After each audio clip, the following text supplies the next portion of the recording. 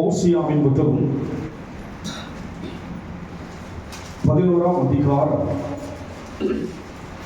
ஓசியா 11ஆம் அதிகாரம் 8ஆம் வசனம். எப்ராயிமே, நான் உன்னை எப்படி கைவிடுவேன்? இஸ்ரவேலே, நான் உன்னை எப்படி ஒப்புக் கொடுப்பேன்? நான் உன்னை எப்படி அத்மாவை போல ஆக்குவேன்? உன்னை எப்படி செபாயுமை போல வைப்பேன்? என் இருதயம் எனக்குள் குழம்புகிறது. என் இருதயம் எனக்குள் குழம்புகிறது. யார் இருதயம்?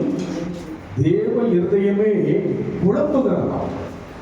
ஒரு சூழ்நிலைக்குள்ளாக தேவ ஜனங்கள் தேவனை தள்ளியிருப்பார்கள். குழப்பமா இருக்கு. நினைக்கும் மதிப்பில் கணக்கு குழப்பமா இருப்பது போல அங்கே தேவன் சொல்லுகிறார், என் இறுதி என்ன செய்கிறது? குழம்புகிறது. தேவன் குழம்புபடியாக நாம் இருக்கக்கூடாது. நம்மை குறித்து தேவனுக்கு ஒரு தெளிவு இருக்க வேண்டும். எந்த சூழ்நிலையிலையும் நாம் சொன்ன வார்த்தைகளை சொன்னதை செய்ய வேண்டும். தாவீது அதனால்தான் தேவனுக்கு இதயத்துக்கு ஏற்ற ஒரு மனுஷனாக புதிய ஏற்பாட்டில் கூட பல இடங்களிலே தாவீதை குறித்து சொல்லப்படுகிறது. நம் வாழ்க்கையில் கூட மனுஷர் சொல்கிறார்கள் இல்லையோ, தேவன் சொல்லுவார். மனுஷன் நம்மை உயர்வாய் சொல்லுவார்கள், ஒரு நேரம் தாழ்வாய் சொல்லுவார்கள். எந்த ஒரு காரியம் நிலையாக நாம் மனுஷனை பார்க்க முடியாது. தேவன் எதையுமே மனதிலே யோசித்து சிந்தித்து சொல்கிறார். நீங்க என்ன சொல்லுகிறார்? என் இருதயம் என்ன செய்கிறது? எனக்குள்ள குழம்புகிறது என்று சொல்லி, என் பரிதாபங்கள் ஏகமாய், ஒன்று குழம்புகிறது, இரண்டாவது பரிதாபங்கள் ஏகமாகிறது. பாருங்க, ஒன்றும் குழம்புது. எந்த நிலவுக்கு அந்த ஜனங்கள் தேவனை தள்ளிவிட்டார்கள்? அவள் இருதயம் குழம்புகிறது. இரண்டாவது, என் பரிதாபங்கள் ஏகமாக பொங்குகிறது. பாருங்க, அவருக்கு ஒன்றும் பேச முடியல. அதுதான் சொல்லப்படுது. அவரால் எதையுமே சரியா அந்த ஜனங்களை குறித்து, இன்றைக்கு வாழ்கிற நம்மை குறித்து கூட குழப்பங்கள் பரிதாபம் பொங்குது. நான் விட்டுட்டா என்ன ஆகிறது? விட்டுட்டா என்ன ஆகிறது? கடந்த வாரத்தில் ஒரு எனக்கு பழக்கமான அந்த நான் போகிற அந்த திருவிழா இருக்காங்க. இந்த குடும்பத்தில் கூட அந்த சகோதரர் பழக்கம். அவரை கடந்த வாரம் நான் பார்க்கும்போது சடனாக யோசித்தேன், இவர் இறந்துற மாதிரி தெரியுது எனக்கு அப்படின்னு யோசிச்சேன். நான் இப்போ வரும்போது பார்த்தா போஸ்டரில் அவர் மறுத்து விட்டார். எதுக்கு? நான் 2 நாளாக இங்கே இல்லை, பெரம்பலூர்ல எனக்கு தெரியல. நல்லா பார்த்தேன். நான் ஒரு கொஞ்ச நாளே நான் பார்க்காத மாதிரி பார்க்க மாட்டேன். நல்லா சிரிப்பார், விஷ் பண்ணுவார். அப்புறமா அவருடைய ஒரு சரித்திரக்குள்ள பெரிய மாற்றங்கள் நான் பார்க்க அவருடைய தோரணையில் பெரிய மாற்றங்கள். கடந்த வாரம் யோசிக்கிறேன், இல்லை ஒரு 9 வாரக்காரர் இறந்துருவாரா அப்படின்னு நினைச்சிட்டேன். சடனாக பார்க்குறேன், உண்மையாகவே தேவன் நம் வாழ்க்கையிலே நாம் தோய்ந்து போவதை அறிகிறவராக இருக்கிறார். நம்முடைய வாழ்விலே நான் யோசித்தேன், அதுபோல இன்றைக்கு நம் வாழ்க்கையில் கூட நம்மை குறித்து என்ன யோசிக்கிறார் அவருக்குள்ளாக? என் இருதயம் எனக்குள் குழம்புகிறது, என் பரிதாபம் ஏகமாய். அவர் தேவனை அறியாதபடியினாலே பரிதாபத்தை அவரால் பெற்றுக்கொள்ள முடியல. யோசித்தேன் இந்த வாரம் அந்த காட்சியை யோசிக்கும் போது ஆண்டவருடைய காரியங்களை யோசித்து பார்க்கிறேன். நமக்குள்ளாக தேவன் எப்படி வெளிப்படுகிறார்? ஒவ்வொன்றையும் தேவன் வெளிப்படுத்துகிறார், நன்றாக தெரிகிறது. ஆனாலும் கூட நாம் தேவனுடைய அழைப்பையும் தேவனுடைய தன்மையை விலகிக் கொள்ள முடியாமல் இருக்கிறபடினாலே அவர் தன் ஜனங்களுக்காக ஒன்று இருதயம் குழம்புகிறது, என் பரிதாபங்கள் ஏகமாக எனக்குள் பொங்குகிறது. அதோடு மாத்திரமல்ல, 9 என்ன சொல்கிறார்? என் உக்கிர கோபத்தின்படி செய்ய மாட்டேன். 3 உக்கிர கோபம். இதெல்லாம் தேவ தன்மை. அதுக்கு ஒன்று நமக்காக குழம்புகிற தன்மை, இரண்டாவது பரிதவிக்கிற தன்மை, மூன்றாவது உக்கிர கோபம் கூட இருக்கு. சாதாரண கோபம் அல்ல. அதை படிக்கப்பா. I will not put into effect the heat of my wrath. உக்கிரமான பார்த்தீங்கன்னா இப்போ ட்ரம்ப் வந்து உக்கிரக்கு கோபத்துக்கு உக்கிரமான கோபத்துக்கு எக்ஸ்ட்ரீமான ஒரு லெவலில் போகிறாங்க. என்ன பண்ணுறாங்க? அணுகுண்டு என்ன பண்ண போகிறாங்க? எடுத்து யூஸ் பண்ண போறாங்க. அணுகுண்டு எடுத்து அந்த நாடுகள் பயன்படுத்தி விட்டால் பெரிய பிரச்சனைகள் வரும். ஜப்பான்ல எப்படி அந்த ஹிரோஷிமா அணுகுண்டு மூலமாக இன்றைக்கு அங்கே வந்து புல் முளைக்கவில்லையா? அது வந்து அந்த உக்கிரகமான ஒரு லெவல் ஸ்டேஜ் என்னது, அது போல தேவனுக்கு பரிதாபமும் இருக்கிறது. இரண்டாவதாக குழப்பம் அடைகிறவராக இருக்கிறார். மூன்றாவதாக உக்கிரக கோபம் கூட அவருக்கு வரும். நம்ம ஏதோ நினைச்சிருக்கிறது தேவனை குறித்து நமக்கு அவர் நினைக்கிற அளவுக்கு விளங்கிக் கொள்ளாமல் இருக்கிறோம். விளங்கிக் கொள்ளதான் வேதம் கொடுக்கப்பட்டிருக்கிறது. விளங்கிக் கொள்ளதான் வார்த்தைகள் தேவனால் எழுதப்பட்டிருக்கிறது. தேவ மனுஷன் மூலமாக தன்னுடைய தன்மைகளை உணர்த்தி வெளிப்படுத்தினதுதான் வேத புத்தகம். ஆனால் இங்கே இந்த குழப்பத்திற்குள்ளாக யார் யோசிக்கிறார்? தன் ஜனங்களை, தன்னால் மீட்கப்பட்ட ஜனங்களை, நேசித்த ஜனங்களை பழைய ஏற்பாட்டை விட நாம் அவரோடு கூட செய்திருக்கிறோம், உடன்படிக்கை செய்திருக்கிறோம். அவரோடு கூட எப்போது தேவனை ஏற்றுக்கொண்டோமோ அந்த நாள் முதல் உடன்படிக்கை செய்திருக்கிறோம். எப்படி கணவன் மனைவி என்பது உடன்படிக்கையோ அது போல உடன்படிக்கை செய்திருக்கிறோம். தேவ சமூகத்தில் மறந்து விடுகிறோம் அதையெல்லாம். இதை மறக்கும் போது அவருடைய உள்ளம் என்ன செய்கிறது? எனக்காக குழம்புகிறதாக, எனக்காக பரிதவிக்கிறவராக. உக்கிரகத்தெல்லாம் மாட்ட மாட்டேன்னு செய்ய மாட்டேன். உக்கிரகத்தினால் தாங்க முடியாது. யோசிக்கிறாங்க. உலகம் யோசிக்கிறது, இந்த அணுகுண்டை பயன்படுத்திட்டா உலகத்துக்கு பிரச்சனை அல்லவா? குறிப்பாக இந்த எண்ணெய் வளமெல்லாம் என்னதான் இருக்கு, அங்க சுற்றி இருக்கிற தேசத்துல அங்க ஒரு உக்கிரகமான ஒரு கோபத்தை ஒரு தலைவன் வெளிப்படுத்தி விட்டா அது அந்த தேசத்துக்கு மாத்திரமல்ல உலகத்துக்கே காரணம் என்ன? ஒரு மனிதனுடைய உக்கிரக கோபத்தையே யோசித்து பார்க்கும்போது எவ்வளவு வேதனை உலகத்துக்கு. ஆனால் தேவனுடைய உக்கிரக கோபத்துக்கு என்ன ஆக முடியும்? ஆனால் என்ன சொல்லுகிறார்? நான் உக்கிரக கோபத்தை செய்ய மாட்டேன், நான் செய்ய மாட்டேன் என்று சொன்னால் மறுபடியும் வாசிப்பு வேட்டை. எப்பிராயீமே, நான் உன்னை எப்படி கைவிடுவேன்? நான் எப்படி உன்னை கைவிடுவேன்? எப்பிராயீம் என்று சொன்னால் செழிப்பான, எப்பிராயீம் செழிப்பான. நம்மை கர்த்தர் அழைத்த நோக்கமே கர்த்தரை நம்புகிறவன் செழிப்பான். அதுதான் நம்மை பின்வரும் காலங்களிலே உங்கள் சந்ததிகளை கர்த்தர் செழிக்க வைத்திருக்கிறார். ஆபிரகாம் ஒன்றுமில்லாமல் கடந்து வந்தார், சந்ததியும் கொடுத்தார், சந்ததியும் கொடுத்தார் அல்லவா? ஒரு செழிப்பு.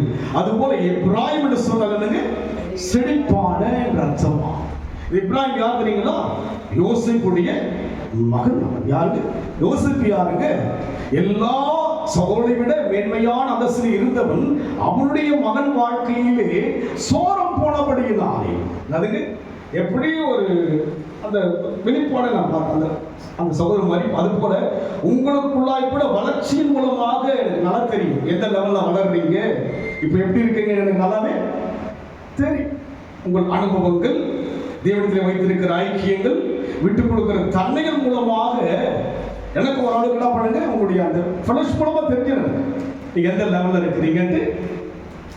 ஆமா என்று சொன்னால் தேவனை எனக்கு உணர்கிறேன், அவருக்காக ஓட பிரயாசப்படுகிறேன், வாழ பிரயாசப்படுகிறேன். இருக்கிற வரைக்கும் அவருக்காக தான் வாழ வேண்டும். குடும்பம், பிள்ளைகள், தாய் தகவல் இருந்தார்கள், மனைவி இருந்தார்கள், இறந்து போயிட்டாங்க. பிள்ளைகள் இன்னைக்கு எல்லாம் உறவா இருக்கு. ஆனாலும் கூட இவருக்கு தான் வாழ்க்கை. அப்படி வாழ்கின்ற போது வெளிப்பாடுகளை தேவன் கொடுக்கிறவராய் இருக்கிறார். அதனால் உங்களுடைய அணுகுமுறைகளை வைத்து நீ எந்த லெவலில் இருக்கிறீங்க என்று தெரிந்து கொள்ள அதனால்தான் கர்த்தர் பேசுகிறார். நான் எப்படி கைவிடுவேன்? யாரை? எப்பிராயீமே, நான் உன்னை எப்படி கைவிடுவேன்? இஸ்ரவேலே, நான் உன்னை எப்படி அந்த பிரச்சனைக்கு எப்படி ஒப்பு கொடுப்பேன்? அந்த சகோதரருக்கு தேவன் இல்லை. அவர் மரணத்துக்கு ஒப்பு கொடுக்கப்பட்டார். அவர் எப்படி நம்மை வியாதிக்கு ஒப்பு கொடுப்பார், வேதனைக்கு ஒப்பு கொடுப்பார், வெட்கத்துக்கு ஒப்பு கொடுப்பார் என்று சொன்னால் செழிப்பு. எப்பிராயீம் சொன்னால் செழிக்க அழைக்கப்பட்டவர். யாக்கோபு மூத்தவனை விட்டு இளையவனை செய்கிறான், அவன் அங்கே ஆசீர்வதிக்கிறான். யோசிப்பா இல்லப்பா அவன் தான் பெரிய, யார் பெரியவன் இல்லை, இவனை ஆசீர்வதி. அது போல இங்க இருக்க நீங்கள் யாவரும் செழிக்க அழைக்கப்பட்டிருக்கிறோம், ஆசீர்வதிக்க அழைக்கப்பட்டிருக்கிறோம். ஒரு வளர்ச்சி, செழிப்புன்னு சொன்னால் ஒரு இடத்திலே செய்ய வேண்டிய காரியத்தை செய்தால்தான் இடத்துக்கு செழிப்பு. அது போல நாம் என்னெல்லாம் செய்ய வேண்டும் அதையெல்லாம் செய்யும் போதுதான் எனக்கு அவர் சொன்ன உச்சத்தின் செழிப்பை நான் பார்க்க முடியும். செழிப்பானவனுடைய வாழ்க்கையிலே பார்க்கும்போது அந்த எப்ராயிம் என்பது பார்த்தீங்கன்னா சமாரியாவாக மாறிவிடுகிறது, மலைதேசமாக மாறிவிடுகிறது. போக போக அனுபவங்கள் அவன் சமூகத்திலே தேவனை விட்டு பிரிகின்ற அனுபவத்துக்குள் போகிறபடினாலே தேவன் சொல்லுகிறார், நான் எப்படி உன்னை கைவிடுவேன், நான் எப்படி அந்த இடத்துக்கு ஒப்பு கொடுப்பேன். என் மனது எனக்குள்ளேயே என்ன நினைச்சா உங்க நினைச்சதற்கு குழம்புகிறது. அவன் அனுபவங்களை சற்று பார்க்கும்படியாக எடுத்து நாம் வாசிப்போம். ஆதியாகமம் 41 50 52 வாசிங்க.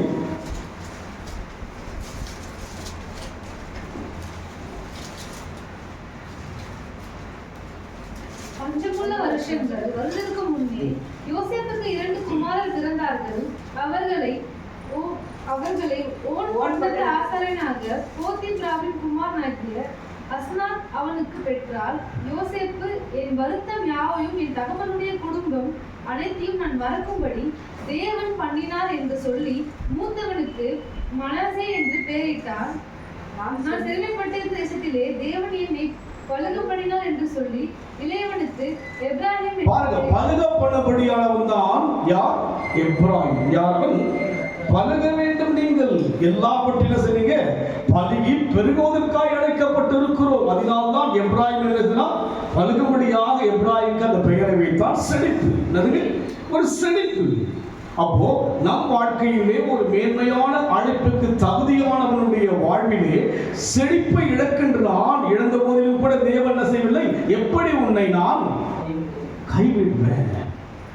உன்னை யோசிக்கும் போது என் மனம் குழம்புகிறது, என்னுடைய பரிதாபங்கள் என்ன செய்கிறது, பொங்குது. விட்டுவிட முடியுமா? ஒண்ணு நம்ம விட்டுருவோம். இயேசு என்ன பண்றது, நமக்கு சாதகமான நேரத்துக்கு என்ன பண்றோம், அவரை தேடுகிறோம். பாதகமாய் மாறும்போது, சூழ்நிலைகள் மாறும்போது என்ன செய்கிறோம், எந்த சூழ்நிலையிலும் அவர் அன்பை விட்டு வாழ்ந்தீங்களா? எந்த சூழ்நிலையும் அவர் அன்பை நின்று என்னை பிரிக்காமல். எந்த சூழ்நிலையும் வந்து அவர்கிட்ட மென்ஷன் பண்ணா அவருக்கு பரிதாபமா இருக்குது. பழகு 3 மாசத்துலயே, எத்தனை மாசங்க? 3 மாசத்துலயே மூச்சு இறைச்சி போச்சுக்கலாம். இன்னும் எத்தனை மாசம் இருக்கு? 9 மாசம் எப்படி ஓட போறோம்?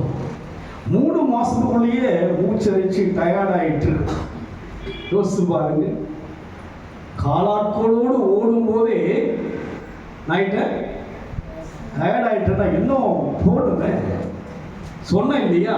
என்ன சொன்னீங்க? நான் என்ன சொன்னேன்? என் மனதில் என்ன யோசித்தேன்?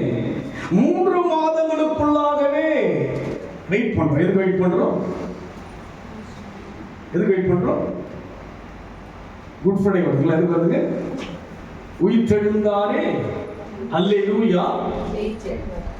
தொடர்ச்சியாக அவரோடு இணைந்து வாழ்வதற்காக அழைக்கப்படும். நம்ம வந்து ஒரு சீசன் என்ன கிடையாதுங்க, சீசன் கார்டன் கிடையாது, நானும் சீசன் என்ன கிடையாதுங்க. கர்த்தரை எக்காலத்திலும் ஸ்தோத்திரிப்பதற்காக அழைக்கப்பட்டிருக்கு. நான் ஒரு குறிப்பிட்ட மாசம், அதுக்கப்புறம் நடுவில் கொஞ்சம் கேப் விட்டு, அதுக்கப்புறம் நெக்ஸ்ட் லெவல்ல இல்ல பரிணமிக்கிறார். அதோடு மாத்திரமல்ல, உக்கிர கோபத்துக்கு அவர் இடம் கொடுக்கல. அதனால்தான் நம்ம என்ன பண்றோம், நிறைய எக்ஸ்கியூஸ் சொல்லிட்டு போயிட்டு இருக்கோம். எவ்வளவு காலம் அந்த மரத்தில் என்ன கிடைக்கும் என்று தேவன் அங்கலாய்த்து பார்த்தா கனி கிடைக்குமா என்று அங்கலாய்த்தார். அதில் என்ன கிடையாதுங்க, கனி இல்லவே இல்லை. அது போல நீங்கள் எதிர்பார்ப்பது போல தேவன் இந்த ஆண்டிலே நம்ம எதிர்பார்க்கிறார். ஏன்னா அவருக்கு மனம் இருக்கு இல்லைங்களா? அவருக்கு என்ன இருக்கு? மனம் இருக்கு. என்ன மனமா இருக்கிறது? என்னை குறித்து குழம்புகிற மனமா இருக்கிறது. இரண்டாவது, பரிதவிக்குவதில் என்ன செய்கிறார்? பொங்குகிறது. ஐயோ, விட்டக்கூடாது, அகப்படக்கூடாது. ஐயரே, நாங்கள் மடித்து போகிறோம், கவலை இல்லையா? அற்ப விசுவாசிகளை ஏன் இப்படி பயப்பட்டீர்கள்? நான் என்ன சொன்னேன் ஆரம்பிக்கும் போதே? அக்கறைக்கு போவோம் என்று சொன்னேன்னா பொங்கல் என்று சொன்னாரா? போவோம். அவரோடு கூட வசனங்களை புரிந்து கொள்ளாதபடிக்கு நமக்கு ஏற்றபடி யோசிக்கிறோம். நம் சூழ்நிலைகள் நம்முடைய அவர் குழம்புவதற்கு இடம் கொடுக்க கூடாது. உங்க குடும்பத்துல நீங்க குழம்புனீங்கன்னா என்ன ஆகும்? குடும்பத்துல வந்து யோசிச்சு ஒரு குழப்பமா இருக்கு, ஒரு தடுமாற்றமா இருக்கலாம். நீங்க உங்களுக்குள்ள மனசு ஆகும் நெக்ஸ்ட் லெவல்ல குழப்பம் வர வர அதுக்கு பல விதமான தடுமாற்றம் எல்லாம் வரும். அதே வண்ணமாக தான் தேவனும் ஒரு நபருங்க. அது தெரியாதவங்க தான் நம்ம என்ன பண்ணுங்க, நமக்கு ஏற்றபடி தேடுகிறோம். ஒவ்வொரு வாரமும் இங்க 7 மணிக்கு வந்து என்ன பண்ணுங்க, இந்த சீட்ல உட்காந்துட்டாங்க. நீங்க எப்படி வருவீங்க? எப்படி வருவீங்க? நீங்க 7 மணிக்குன்ற ஆராதனை சொல்றோம். இங்கே ஒருவேளை ஒரு கற்பனை பண்ணி பாருங்க. விசுவாசமானது நம்பப்படும் குருதியும் நான் காணப்படாம விசுவாசி. நீங்க யார் இருக்கிறாருங்க? இங்க தேவன் இருக்கிறார், இங்க உலாவுகிறார். விசுவாசமானது நம்பப்படுகிற எனக்கு அவர் இங்க இருக்கிறார். எத்தனை மணிக்கு இருக்கிறார் இங்கே சொல்லு, கொஞ்சம் யோசிங்க. இயேசு ஒரு வாரமும் நீங்க வரீங்க, அவரை வராருன்னா என்ன பண்ணுவீங்க? முட்டி மோதி என்ன பண்ணுங்க? எல்லாரை விட வேகமா வருவீங்க. யாரை பார்க்க? இங்க யாருக்கு என் மூஞ்ச பார்த்து என்ன உங்களுக்கு எந்த பலனும் கிடையாது. இந்த மூஞ்சில யாருக்கு எந்த பலனும்? என்னை மறைத்து அவர் இருக்கிறார். பேசுகிறது நீங்கள் அல்ல, தேவனுடைய ஆவியானவர் பேசுகிறார். எப்படி கைவிடுவேன்? உன்னை கைவிடவா உன் குறித்து அறித்தேன். தாயின் கருவில் தோன்றும் முன்னே தெரிந்து கொண்டீரே. தாயை போல ஆட்டி தேற்றி நடத்தி வந்தாரா இல்லைங்களா? நடக்காது போல நம்ம வாழும். எப்படி இருக்குங்க? 3 மாசம் யோசி எப்படி நடத்தி வந்தார். என்ன பிரச்சனை வந்தது, என்ன மன அழுத்தம் வந்தது, என்ன பலவீனம் வந்தது, என்ன கஷ்டம் வந்தது. 3 மாதம் கடந்து வந்திருக்கிறோமே. கடந்த வாரம் யோசிக்கிறேன், அந்த மனிதன் எப்படி யோசித்தேன். இந்த வாரம் இந்த நேற்று முடிந்து போய்விட்டது மனுஷ வாழ்க்கை. அதனால பார்த்தேன். அப்படி ஒன்றும் வயசானவருக்கு நிறைய என்னை விட இளையவராகத்தான் இருந்திருக்கணும். இவர் 52 வயசுக்குள்ள இருந்திருக்கணும் இந்த நபர். இதுதான் வாழ்க்கை. நிலையில்லாத உலகத்திலே, ஆமா, நிலையில்லாத உலகத்தில் அலைகிறோம். நிகரில்லாத இயேசுவை அறிந்து கொண்டும் அவரை வருத்தப்படுத்தலாமா? எவ்வளவு காலம் என்னெல்லாம் சொல்ல முடியும் உங்ககிட்ட? அதனால சொல்றாரு, என்னுடைய மனசுல செய்கிறது குழம்புகிறது, இரண்டாவது பரிதாபம் பொங்குது. என்ன பண்றதுன்னு தெரியல. யாரை நினைச்சு? யார் நினைச்சு? எப்ராஹிம். அவர் அந்த கதை எப்ராஹிம் முடிஞ்ச கதை. இங்க யார்கிட்ட பேசிட்டு இருக்கிறாரு? நீங்க யாராவது எப்ராஹிம் யாருங்கிறீங்களா? யாரே இல்லையே. எப்ராஹிம் முடிஞ்சுக்காது. இன்னைக்கு வாயில எனக்காக பேசுகிறார். என்ன பேசுகிறார்? ஐயோ நினைச்சாலே எனக்கு எப்படி இருக்கு, தலையை பிச்சுக்கணும் ஒரு கதை குழப்பனாதுங்க தலைய. அதுதான் ஒரு குழப்பம். என்ன என்ன உறுதி எடுத்தாய், என்ன உடன்படிக்கை செய்தாய், அவரோடு செய்த உடன்படி யோசித்து பார்க்கிறாயா? அவர் யோசிக்கிறாரே, நான் எப்படி கைவிடுவேன், எப்படி உன்னை தள்ளிடுவேன்? முடியாது. எவ்வளோ மக்களை வெளியே விட்டு உன்னை அழைத்தேனே, உனக்கு இந்த கணத்தை கொடுத்தேனே, மதிப்புக்கு உரியவனை மாற்றினேனே, நான் விட்டுற முடியுமா? இவ்வளவு ஒரு கிருபை கொடுத்திருக்கிறார். அவரை பாடி ஸ்தோத்திரிக்க பலத்தை கொடுத்திருக்கிறார். எந்த சோதனையும் எந்த சூழ்நிலையும் என் சரீரம் ஒடுங்கினாலும் கூட மரித்தால் இங்கே மறிச்சிருக்க. என்னை உருவாக்குகிற விதங்கள், நடத்துகிற விதங்களை யோசிக்கும் போது எப்படி எப்படி யாரையா, என்ன தகுதி நாம் பேசுவதற்கு, என்ன தகுதி நாம் ஸ்தோத்திரிப்பதற்கு, என்ன தகுதி நாம் பாடுவதற்கு, என்ன தகுதி இருக்கிறது? எந்த தகுதியும் பார்க்கவில்லையே. எதையும் பார்க்காமல் அழைத்த தெய்வத்துக்கு மனம் குழம்பும்படியாக நாம் வாழ்வது என்ன வாழ்க்கை? அது அர்த்தமுள்ள ஒரு வாழ்க்கையா? கிறிஸ்தவ வாழ்க்கை என்பது என்ன? ஒரு மீனிங் இருக்கு. நல்லா இருக்கணுங்க. அர்த்தம் இல்லாம ஏதோ வரம் போற வார்த்தைக்கு ஒரு முறை வரணும், அது போறதான். வந்துடுற இல்லைங்களா? வராமைய போற வந்துடுற இல்லைங்களா? வந்துடுறீங்க தான். வேலைக்கு நேரத்துக்கு சொன்னதை செய்யறோமா இல்லைங்களா? சொல்லிட்டு செஞ்சுட்டு இல்லைங்களா? இங்க சொல்லிட்டு தள்ளிட்டு போயிட்டு இருக்கலாம். ஆனால் அவர் குழம்புகிறார். இன்றைக்கு அதை புரிந்து கொண்டது. அவர் நமக்காக பரிதவிக்கிறார், பொங்குகிறது. ஐயோ விட்டுற முடியுமா? அவரை வந்து நம்ம நீங்க பார்த்தீங்கன்னா உங்க பிள்ளைங்க வந்து உங்களுடைய மனசை வந்து வலிக்கிற மாதிரி செஞ்சு எப்படி இருக்கும்? எப்படி இருக்கு யோசிச்சு பாருங்க. அது நல்லா இருக்குமா? அது பிள்ளைங்களுக்கு நல்லா இருக்குமா? ஒரு தாயோ தகப்பனோ தன் பிள்ளையை குறித்து வருத்தப்பட்டு இப்படி இருக்கிற பிள்ளைன்னு சொல்லும் போது யாருக்கு பெயின் தெரியுங்களா? ஒன்று தாய் தகப்பனுக்கு பெயின், அடுத்து யாருக்கு வந்த பெயின்? பிள்ளைங்க போய் சேர்றாங்க. முதல்ல யாருக்கு பெயின் வரும்? தகப்பன் தாய்க்கு அந்த பெயின் வரும். போக போக யாருக்கு போகும் அந்த வலி?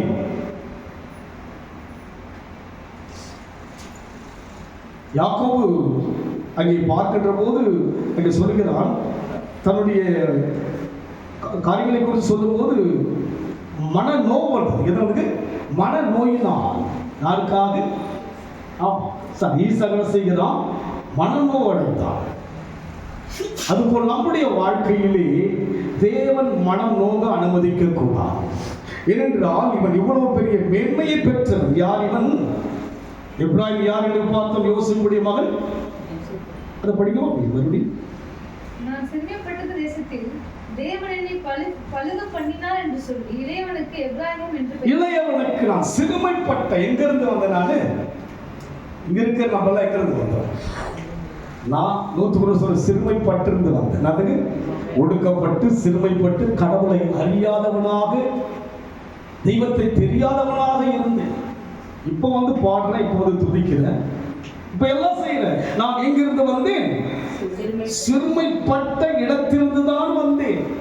இன்றைக்கு மறந்துவிட்டு என் விருப்பத்தின் பிரகாரமாய் அவரை ஆட்ட யோசிக்கிறேன்னா, என் விருப்பத்தின் பிரகாரமாய் அவர் நடக்க வேண்டும் என்று யோசிக்கிறேன். நான் எங்கிருந்து வந்தேன்னா, யோசேப்பு ஒரு உயர்ந்த ஸ்தானத்தில் தான் இருக்கிறான். ஆனா என்ன சொல்லுகிறான் அவன்? நான் சிறுமைப்பட்டு பாருங்க, சிறுமைப்பட்ட தேசத்தில் தேவன் செய்கிறார், பலுக பண்ணினார் என்று சொல்லி எப்ராயிம் என்று பெயரிட்டார். அதுக்கு செடி. நீங்க போக போக நல்லதா இருப்பீங்க. ஆமென் சொல்லுங்க. கர்த்தர் மேய்ப்பராய் இருக்கிறார். கிறிஸ்துவுக்குள்ளாக வந்தா நல்லதா இருக்கும். யாரும் வந்து தோத்துலாம் போக மாட்டோம். சரியா இருந்தா சரியா இருக்கும். ஆமென் சொல்லுங்க. ஆனால் இவன் எப்படி இருக்கிறான் எடுத்து நாம் வாசிப்போம். ஓசியாவின் புத்தகம் 5ஆம் அதிகாரம் 11 வாசிங்க. எப்ராயிம் தகாத கற்பனையை மனதார பின்பற்றி போனவர். தகாத கற்பனையை மனதார பின்பற்றினார். மனம் வலிப்பதற்கு எப்ராயிம் என்ன செய்கிறான்? மனதார செய்கிறார். என்ன பண்றாருங்க? எப்படி செய்கிறாருங்க? இவர் மனம் என்ன செய்தது? என்ன படிச்சீங்க? எப்ராயிம் தகாத கற்பனையை மனதார பின்பற்றினார்.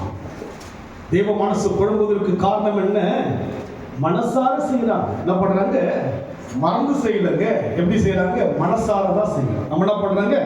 மனசார செய்யணும். என்ன செய்யணும்? நம்ம சடன உலகத்தில் அப்படி தூக்கிட்டு போய் சண்டே வாட்சே எல்லாரும் மறந்து தான் பண்ற காலோட அப்படி 5 சண்டே இல்லை இன்னைக்கு என்னதுக்கு அது போல பண்ற. நம்ம மனதார எதையுமே செய்யணும்.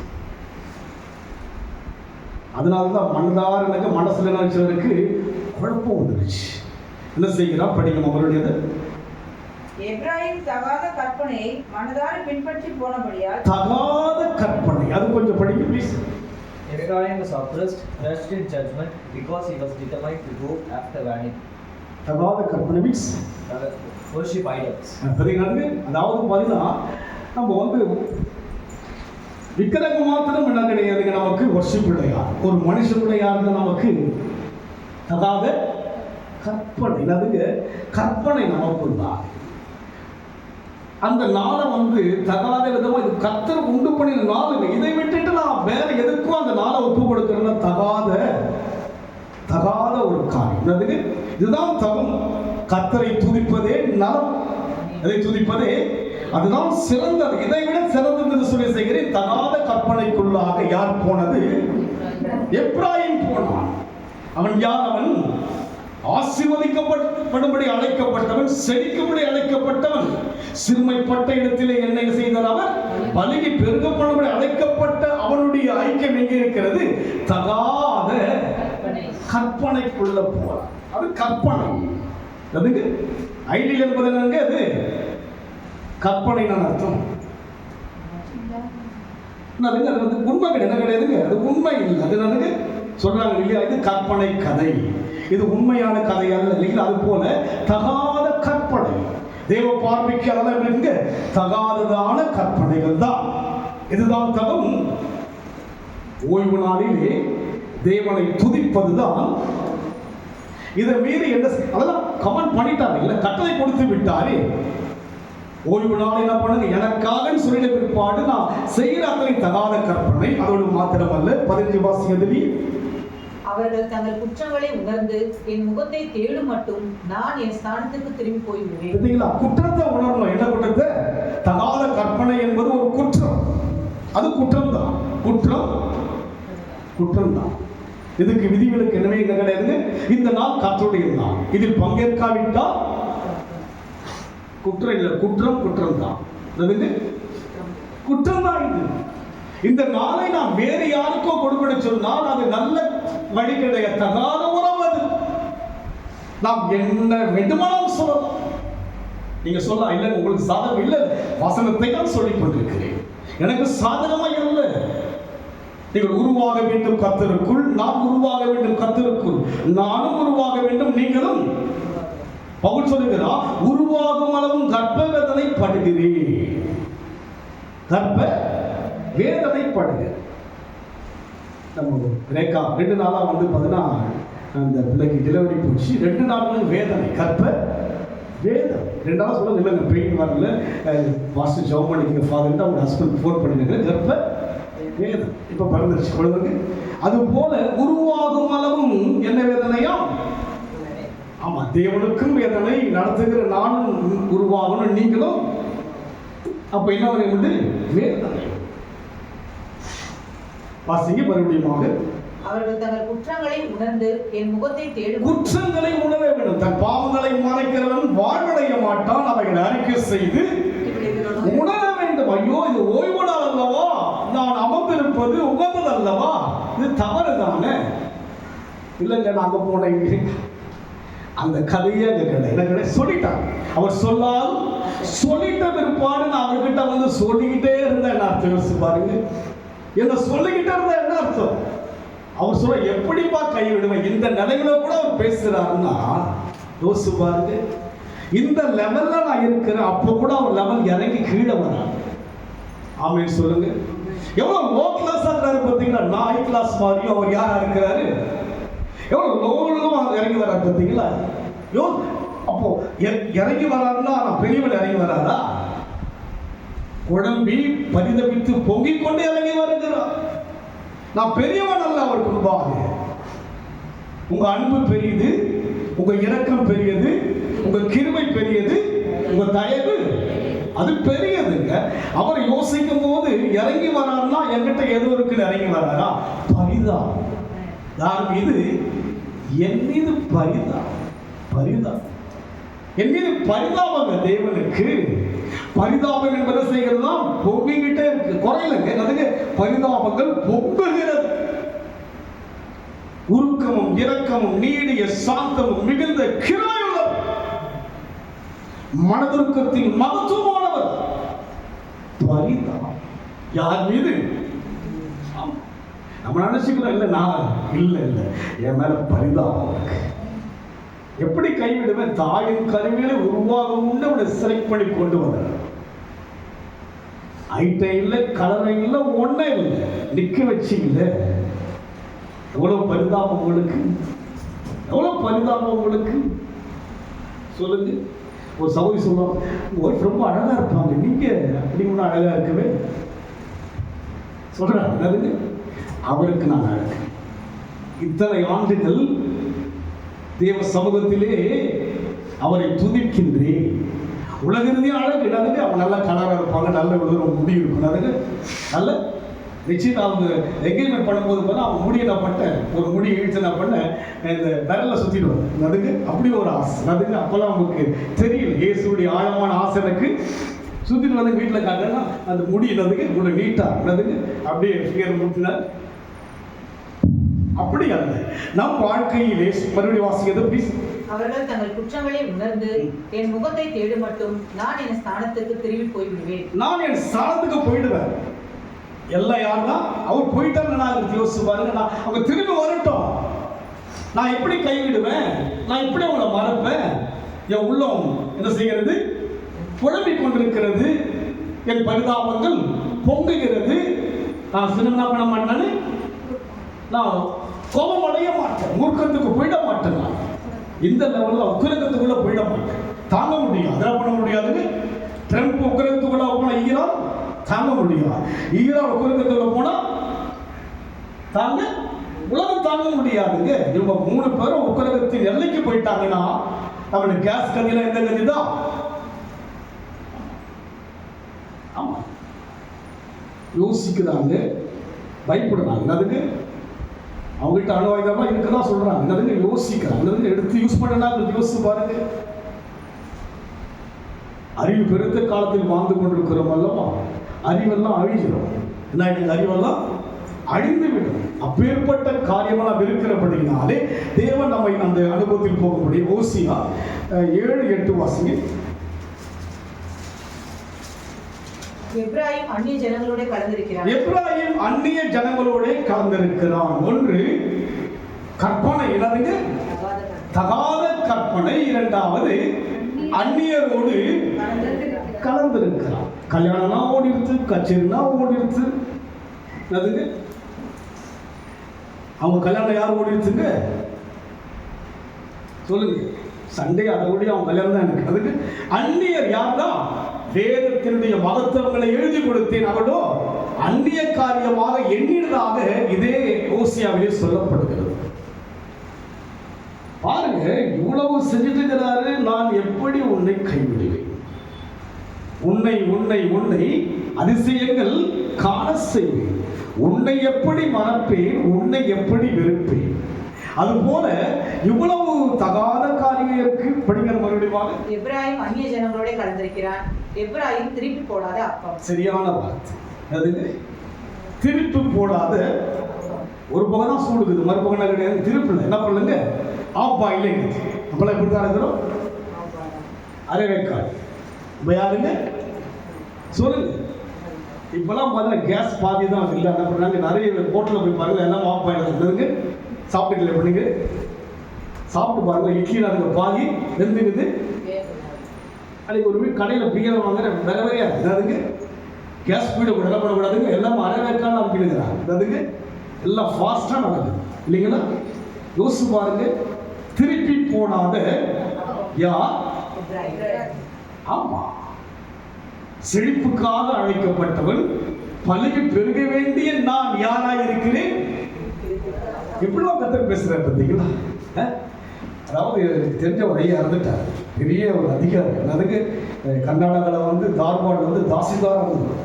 அவர் சொல்லுவார், நான் படிக்கும்போது ஒரு சில வார்த்தையை சிரிப்பேன், ஒரு சில படிக்கும்போது அழுவேன், உணர்ந்துகிட்டே இருப்பேன். அதுக்கு ரொம்ப ஒரு அவர் கூட நான் பழகவே முடியாது. அந்த லெவலுக்கு வயதிலே எல்லாத்துலேயும் ரொம்ப அழகும்.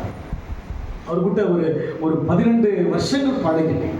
கடைசியாக வந்து 2012 அவரை பார்க்குறேன். பார்த்துட்டு யோசிக்கிறேன், அடுத்த வருஷம் அவர் பார்ப்பனான்னு யோசிக்கிறேன். 13 அவரை பார்க்கலாம். அதுக்கு முன்னாடி வரைக்கும் அவரோடு கூட அதிகமாக பழகுவேன். பெங்களூர் இருக்க வரைக்கும் ஒவ்வொரு மாதமும் பெங்களூர் போனால் அங்கேருந்து ஆசன் என்று சொல்லப்படுகிற ஒரு ஊர் இருக்கும். அங்கே போயிட்டு அவர் தனியாக இருப்பார். அவர்கிட்ட அவ்வளோ ஒரு ஸ்நேகிதரை போல பழகுவார். பிற்பாடு அவர் சிஎஸ்சியில் வந்து அவ்வளவு திறமைகள், படிப்பு எல்லாவற்றிலும் சிறந்தது. எங்களுடைய ஞானஸ்தானம் எடுத்தால் அவர் யோசித்தேன், இந்த 2012 பார்க்குறவங்க அடுத்த வருஷம் பார்க்க முடியாது என்று சொன்னால் நம் வாழ்க்கையை அவர் சொல்லுவார். சிரிச்சு இது எப்படி இது படிக்கிறதுக்கு சிரிப்பதங்க. திருப்பி போடாத என்னை பார்த்து திருப்பி போடாத அப்பா நான் ஒத்துக்கிறேன். நீங்கள் நான் உங்களை சொன்ன ஒத்துக்கிறேன். நீங்கள் நான் பாஸ் இழந்த ஆப்பா இருக்கிறார், அரைக்காடுங்கிறார்.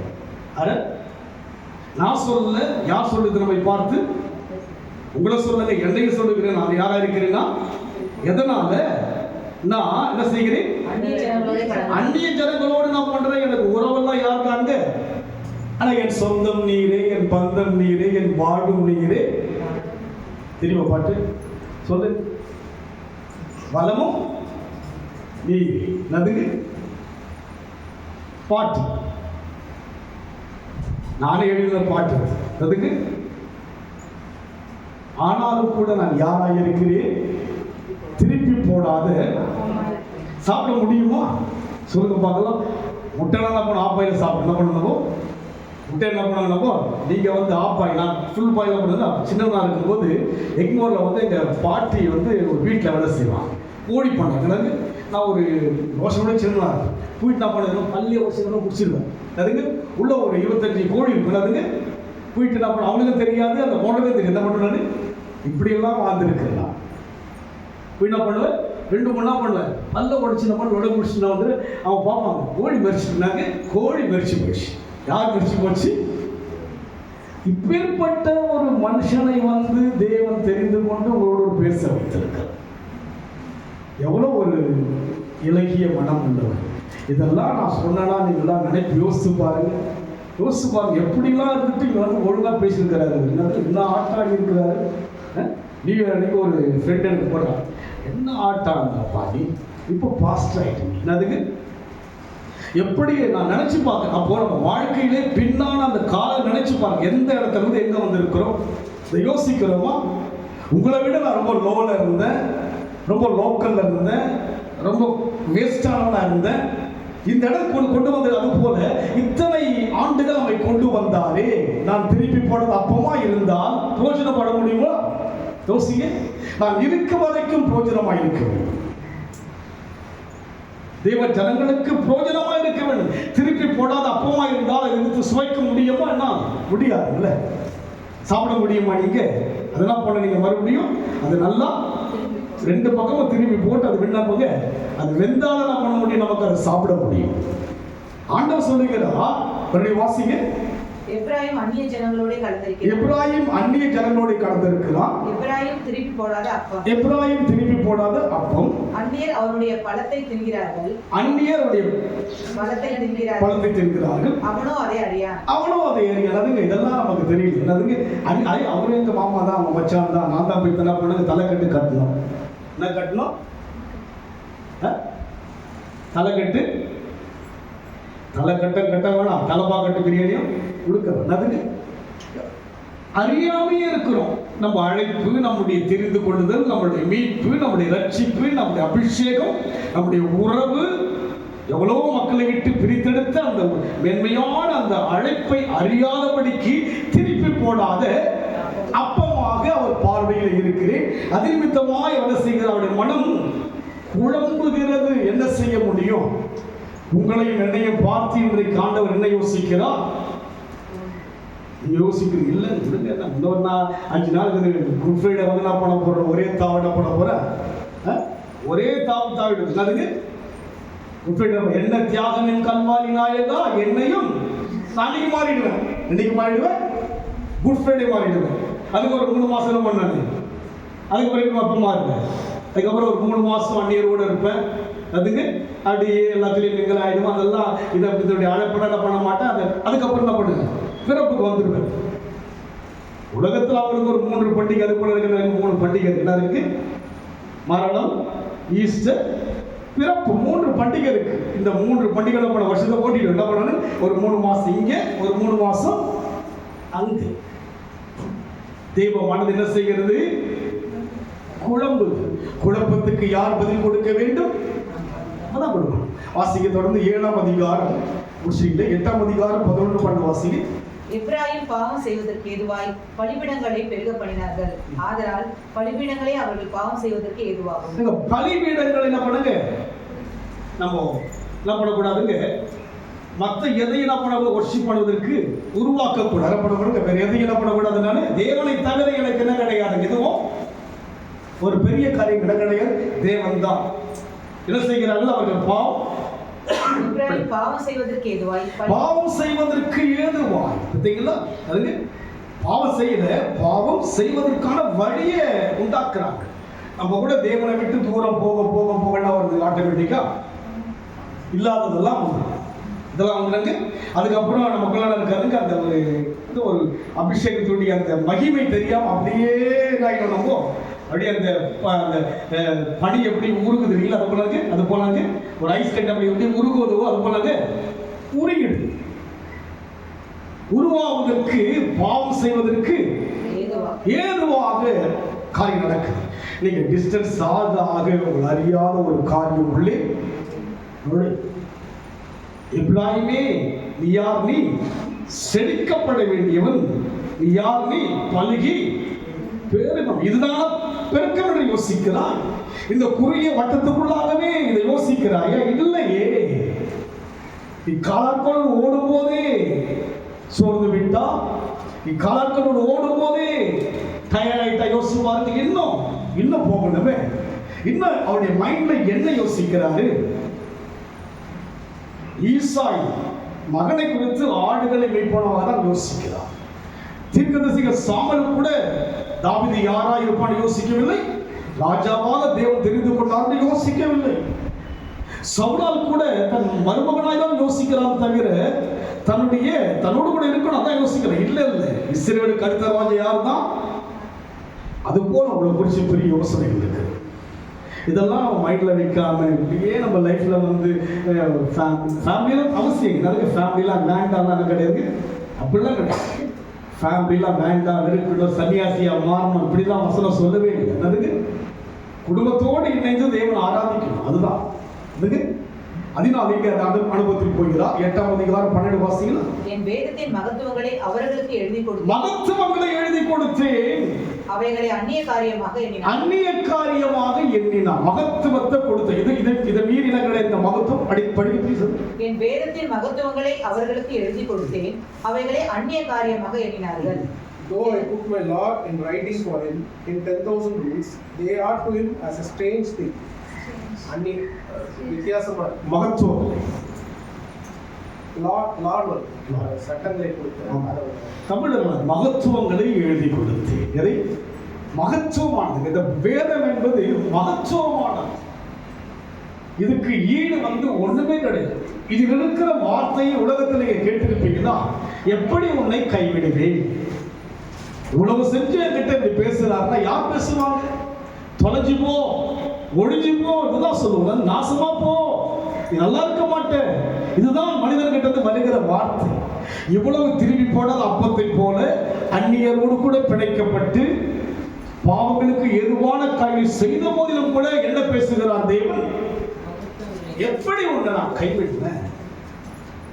என் மனசு குழப்பதை உன்னை யோசிச்சா விட்ட முடியுமா? உன்னை தாய் மறந்தாலும் நல்ல பாட்டு பண்ணீங்க, எப்படி கைவிடுவார்? யாருங்க அவர் கைவிட? நான் உன்னை விட்டு விடுவதுமில்லை, உலகத்தின் முடிய மட்டும் சகல நாட்களும் எழுத்தா இல்லை, எழுத்தல்ல, எழுத்தின் உறுப்பாகிலும் ஒழிந்து போகும், என் வார்த்தையோ ஒழிந்து போகாது. சொன்னதை செய்து முடிக்கிறவர், என்ன சொல்கிறாரோ செய்கிறவர் அவர். நாம் தான் சொன்னதை மறந்து விடுகிறோம். ஆனாலும் நீ என்னால் மறக்கப்படுவது எவ்வளவு லோவாய். அவரை போல நான் யோசிக்கிறேன். அவருக்கு என்ன சொன்னாலும் சூடு சொல்ற கூட இல்லைன்னு நினைக்கிறேன். தவறு, தேவனை சொல்வது தவறு. ஆனால் அவர் குணத்தை பார்த்து இவ்வளவு இறங்கி யார் பாருவாங்க? என்ன கொஞ்சம் கூட அவருக்குள்ள ஒரு அந்த அந்தஸ்தை காண்பிக்கணும் இல்லைங்களா? நம்ம காண்பிக்கலாம் அந்தஸ்து என்ன, லெவல் என்ன, என்னுடைய ஸ்டேட்டஸ் அவர் கொஞ்சம் கூட காட்டலையே. என்ன தன்மை? நமக்கு மனித தன்மைக்கு மேலான தன்மை. இவ்வளவு செஞ்சுட்டு இருப்பானோ எப்படி கைவிடுவேன்னா அப்படியே தலைமை இல்லாதுங்க.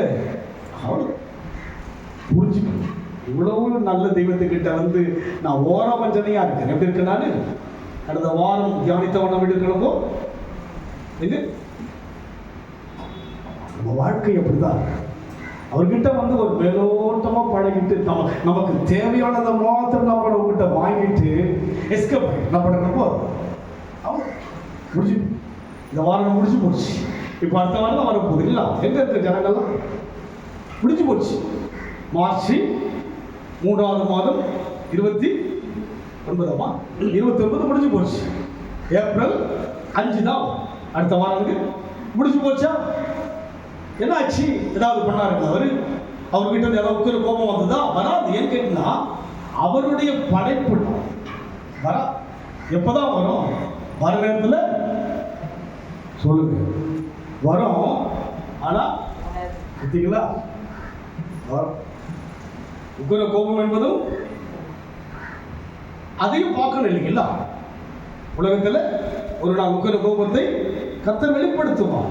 ஆனால் நமக்கு நேரம் கொடுத்துருக்காரு, நமக்கு ஒரு டைமை கொடுத்துருக்கிறார். ஏன்னா அவரால் வந்து சீக்கிரமா நம்ம குறித்து ஒரு சொல்யூஷன் எடுக்க முடியல. என்னதுக்கு நம்ம என்ன எடுத்த கவுத்து என்ன பண்ணுங்க, டைவர்ஸ் பண்ணிட்டு தூக்கி போட்டு கவுத்து என்ன பண்ணுவோம். நம்மளாம் வந்து ரொம்ப ஸ்பீடாக என்ன பண்ணுங்க, ஃபாஸ்ட் ஃபுட் என்னதுக்கு ரொம்ப ஸ்பீடாக செயல்படுவோம். எடுத்த கவுத்து என்ன பண்ணுங்க, அப்போ நிதானமாக இருக்கிற, இவ்வளோ திருப்பி போடாத அப்பமா இருக்கிற, அந்நியரோடு கூட பிணைக்கப்பட்டிருக்கிற, பாவத்துக்கு எதுவானதுக்கு உள்ள போயிட்டு இருக்கிற, இவ்வளவு பண்ணிட்டு இருக்கிற என்னை பார்த்து ஏதாவது ஒரு மனசு நோகிறமா ஏதாவது ஒரு ஊண்டை பண்ணுவான்னு பார்த்தா ஒன்றும் பண்ணலையே. அவரு ஒன்றுமே நம்ம முகத்திலேயே என்ன பண்ணணும். நம்ம ஒரு சிலர் முகத்திலேயே என்ன பண்ணுவோம், மூஞ்சை பார்த்தாலும் என்ன பண்ணுங்க, குளர் மூஞ்சை பார்த்து என்ன பண்ணுங்க, முகத்திலேயே என்ன பண்ண அடிச்சு என்ன பண்ணுவோம். முகத்திலேயே அவர் முகத்திலையும் அடிக்க மாட்டாரு, மனசுலையும். 3 முறை பேதுரு வந்து பார்க்கிறாரு. இயேசு வந்து பேதுருவை திரும்பி பார்க்கிறாரு. அந்த முகத்தை பார்த்து பேதுரு என்ன செய்கிறார், மனம் கசந்து. ஏன்னா அந்த முகத்தின் ரியாக்ஷனை பார்க்கிறார். இப்போ நேசிக்கிறேன். 1 முறை அல்ல, 2 முறை அல்ல, 3 முறை மறுதலித்து சத்தியம் செய்து சபித்தாயே, என் முகத்தை பாரு. கொஞ்சமாவது எனக்குள்ள ஒரு சின்ன ஒரு கோபத்தை பார்த்தியா? எனக்குள்ள ஒரு டென்ஷனை பார்த்தியா? இல்லையே. அதை பார்த்த உடனே மனம் கசந்து அழுதார். தேவனுக்காக ஜீவனை கொடுக்கவும் எழுப்பினார்.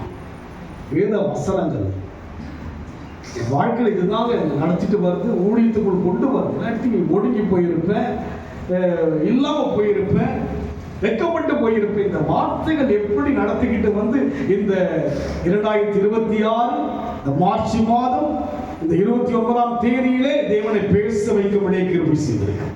எனக்கு இது போதும். எனக்கு இந்த ரிவார்டு என்னதுங்க, வேற எனக்கு பெருசா என்ன பண்ண மாட்டேன். அதை வேணும் இதை வேணும், அவர் செய்ய வல்லவர். அதுக்காக நான் என்ன பண்ண மாட்டேன், அதுக்காக ஓடவோ பிரயாசம். அவர் அன்பு கிடைச்சிருக்கா, அவர் கிருபை கிடைச்சிருக்கா, இதை விட ஒன்றும் பெருசு கிடையாது இல்லையா? அது எனக்கு போதும். என்னுடைய வாழ்க்கைக்கு அவருடைய ஈவு கிடைத்திருக்கிறது, இறக்கு கிடைத்திருக்கிறது, தயவு கிடைத்திருக்கிறது. நான் ஜெபிக்கும் போது பதில் கிடைக்கிறது, போதும். எனக்கு வலி வரும்போது வலியை சுகமாக்குவதை என்னால் பார்க்க முடிகிறது. மற்றவருடைய பலவீனங்களை சுகமாக்குவதை என்னால் பார்க்க முடிகிறது. இதை விட வேற என்ன உறவு கிடைச்சிச்சு இல்லைங்களா? உயிரை கொடுத்த உறவு எனக்கு கிடைச்சதுனால நான் அதுக்காக அந்த உறவை விருப்பதற்காக மற்ற உலக ரீதியான தேவைக்காக நான் இயங்க மாட்டேன். அது செய்வேன். எனக்கு என்ன தேவை? இன்னைக்கு ஆகார குறைவு இருக்கிறதா? இல்லையே.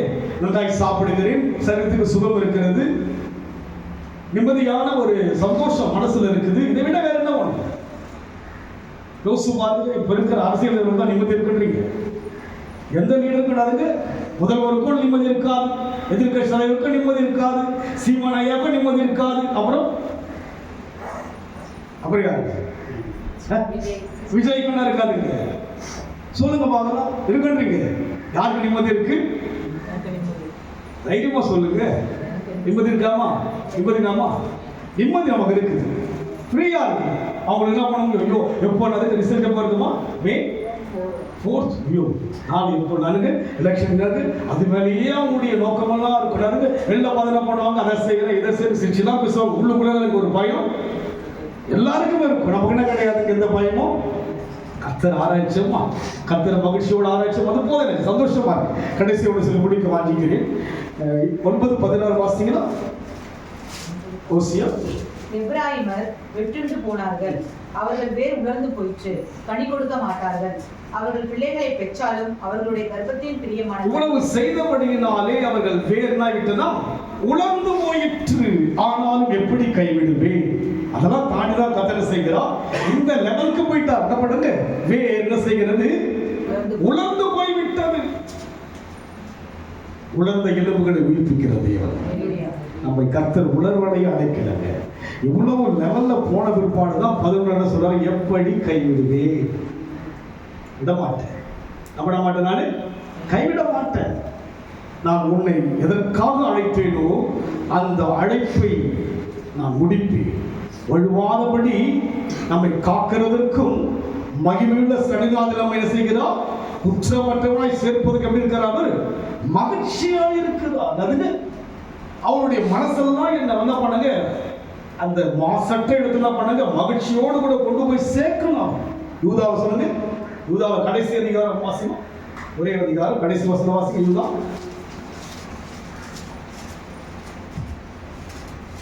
தாம் ஒருவரே ஞானமுள்ள வழுவாதபடி காக்கவும் தமது மகிமையுள்ள சன்னிதானத்திலே மிகுந்த மகிழ்ச்சியோடு உங்களை மாசற்றவர்களாய் நிறுத்த. பாருங்க, திருப்பி போடாத அப்பத்தை என்ன செய்கிறார்? மாசற்றவராய் நிலைநிறுத்த வல்லமை உள்ள உங்களை என்னை என்ன பண்றாரு? மாசற்றவராய் நிறுத்த முடியும். ஆமென் சொல்லுங்க பார்க்கலாம். சொல்லுங்க, அதுக்காவது மாசற்றவன் என்ன அர்த்தங்க? சுத்தம். அது சுத்தமா அல்லது அசுத்த உதடுள்ள எண்ணெய் செய்திருக்கிறார் தேவன்.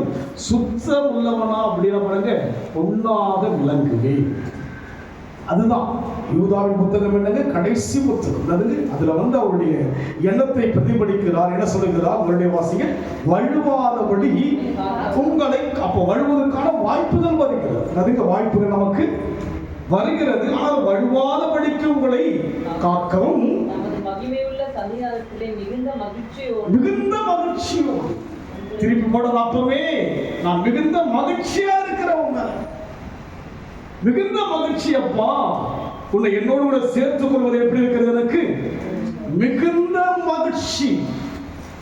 நமக்கு இல்லாத மகிழ்ச்சி தேவனுக்கு சேர்க்கணும். அழைத்தது பெரிதில்லைங்க, அவரோடு சேர்த்துக் கொள்வதுதான் பெரிய காரியம். அழைக்கப்பட்டவனோ அநேகர் தெரிந்து கொள்ளப்படணும், அவங்கள சேர்க்கப்படணும். ஆமென் சொல்லுங்க பார்க்கலாம். நம்ம வாழ்க்கை யாரோட கூட சேரணும்? போயிட்டு கடைசியா சொல்லுங்க, அதான் உண்மை. சொல்லுங்க, அதுதாங்க வாழ்க்கை. அங்கே சொல்லுகிறார், வழுவாதபடி உங்களை காக்கவும் மிகுந்த மகிழ்ச்சியோடு வல்லமை உள்ளவர். ஆமென் சொல்லுங்க. எனக்கு வல்லமை இருக்கோ, உங்களுக்கு வல்லமை இருக்கோ இல்லையோ, அவர் வல்லமை உள்ளவர். அழைச்சதுதான் அவர் நிறுத்த வல்லமை உள்ளவர். இங்கேயே உங்களை செய்ய போகிறார், செழிப்படைய செய்ய போகிறார். எப்ராயிம் யார்? அவன் செழிப்பு. அவர் என்ன செய்கிறார்? பலகி பெருகணும். நீங்க இந்த உலகத்துல எல்லாவற்றிலும் உயர்ந்திருக்கணும். அதோடு மாத்திரமல்ல, அங்கே கொண்டு போய் சேர்க்கவும் அவர்தான். ஆம், எல்லாமே யார் தான் செய்கிறது? தேவன் ஒருவர் தான். கடைசியாக ஓசியா 14:4 வாசகம் முடிச்சிடலாம்.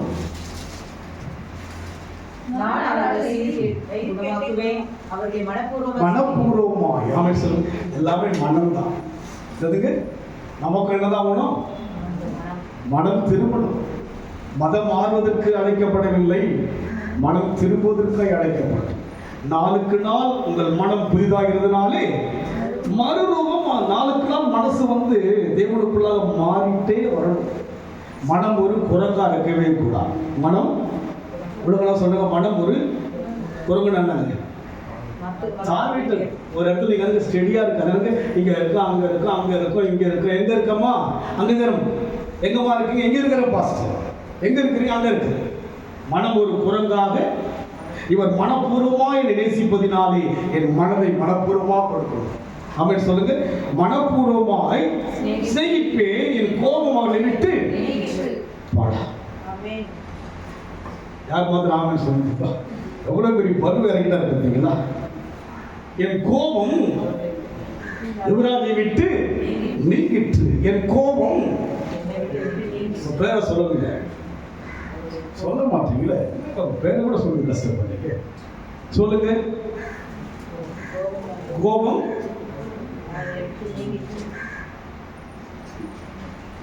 என்னப்பா சிரிப்பா இருக்குல்ல அவருக்கு? சொல்லிட்டீங்களா? வேற யாரும் சொல்றீங்களா? விசுவாச அப்பதான் போயிடுவாங்க. யார் சொல்லுது?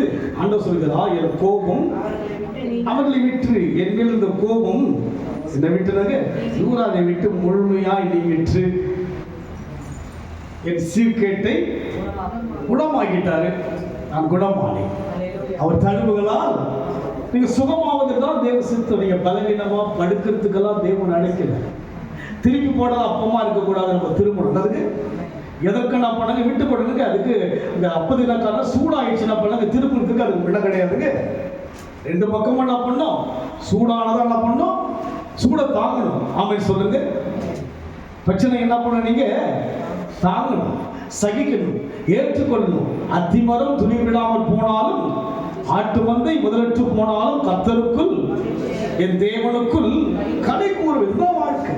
இந்த அனுபவத்தில் போகும்படியாக மனப்பூர்வமாய் என்னை மன்னித்தார் சொல்லுங்க. என் சீர்கட்டை மனப்பூர்வமாய் மன்னித்தார். என்னை வழுவாதபடி அவருடைய சமூகத்திலே என்னை கொண்டு சேர்க்கும்படிய மகிழ்ச்சியா இருக்கிறார். இந்த எண்ணத்தோடு நம்ம முடிக்க போறோம். இந்த எண்ணம் நம்ம வாழ்க்கையில தொடரட்டும். இந்த எண்ணத்தின் மூலமாக இன்னும் தேவனுக்கு எப்படி வாழணும்னு ஒப்பு கொடுத்தோம். அன்பின் ஆண்டவரே, மனப்பூர்வமாய் கொஞ்ச நேரம் மனப்படுபட்செல்லாம் பேசுனீங்க, பரிதபிக்கும்படியா புகழ்ச்சின்னு பேசுனீங்க, முடிவில் இல்லை மனப்பூர்வமா சிநேகிச்சிட்டீங்க. இது போதும் ஐயா. இது நீங்க சொன்ன வார்த்தை, உரிமையா எடுத்துக்கிறேன். மனுஷன் சொன்ன வார்த்தைகள் என்ன மனப்பூர்வமா சொல்லுவோமா, என்ன மனப்பூர்வமாக சிநேகிப்பதற்காக ஸ்தோத்திரம் ஐயா. சொல்லுங்க, வாய் திறந்து பேசுங்க. கர்த்தர் உள்ளார பேசினாரு, நான் பேசக்கூடாதா? சொல்லும் அடியேன் கேட்கன்னு சொல்லி சிறு பிள்ளையாக சாமல் பேசுறது போல பேசுங்க. என்னை மனப்பூர்வமாய் செய்வதற்காக ஸ்தோத்திரம் ஐயா. ஆண்டவரே, நான் அந்நிய நிலைந்து முகத்தோடு பிணைக்கப்பட்டேன். என்னென்னவோ என் வாழ்க்கையில் நடந்தது உண்மைதான். எங்களுக்கு அதை சுட்டி காட்டுவதற்காக ஸ்தோத்திரம் ஐயா. இந்த 3வது மாதம் கடைசி வார ஓய்வு நாளில் இந்த மனப்பூர்வமாக மன்னித்திருப்பதற்காக ஸ்தோத்திரம். வருகின்ற 2 நாட்கள் மாத்திரமல்ல, வருகின்ற 4வது மாதம் இந்த ஆண்டு முழுமையாய் மனப்பூர்வமாய் எங்களை சிநேகித்து அதிசயத்தை காணப்படுவதற்காக ஸ்தோத்திரம். ஆசீர்வதிங்க இயேசுவின் நாமத்தில் பிதாவே. என் ஆத்துமாவே கர்த்தரை ஸ்தோத்திரி, என் உள்ளமே நாமத்தை ஸ்தோத்திரி. என் ஆத்துமாவே கர்த்தரை ஸ்தோத்திரி, கர்த்தர் செய்த சகல உபகாரங்களையும் வாழ்வார். நம்முடைய கர்த்தராகிய இயேசு கிறிஸ்துவின் கிருபையும் பிதாவாகிய தேவனுடைய அன்பும் பரிசுத்த ஆவியானவருடைய இணைப்பும் நம் அனைவரோடும் கர்த்தர் வருகை மட்டும் என்றென்றைக்கும் இருப்பதாக. ஆமென். கர்த்தர் ஆசீர்வதிப்பாராக.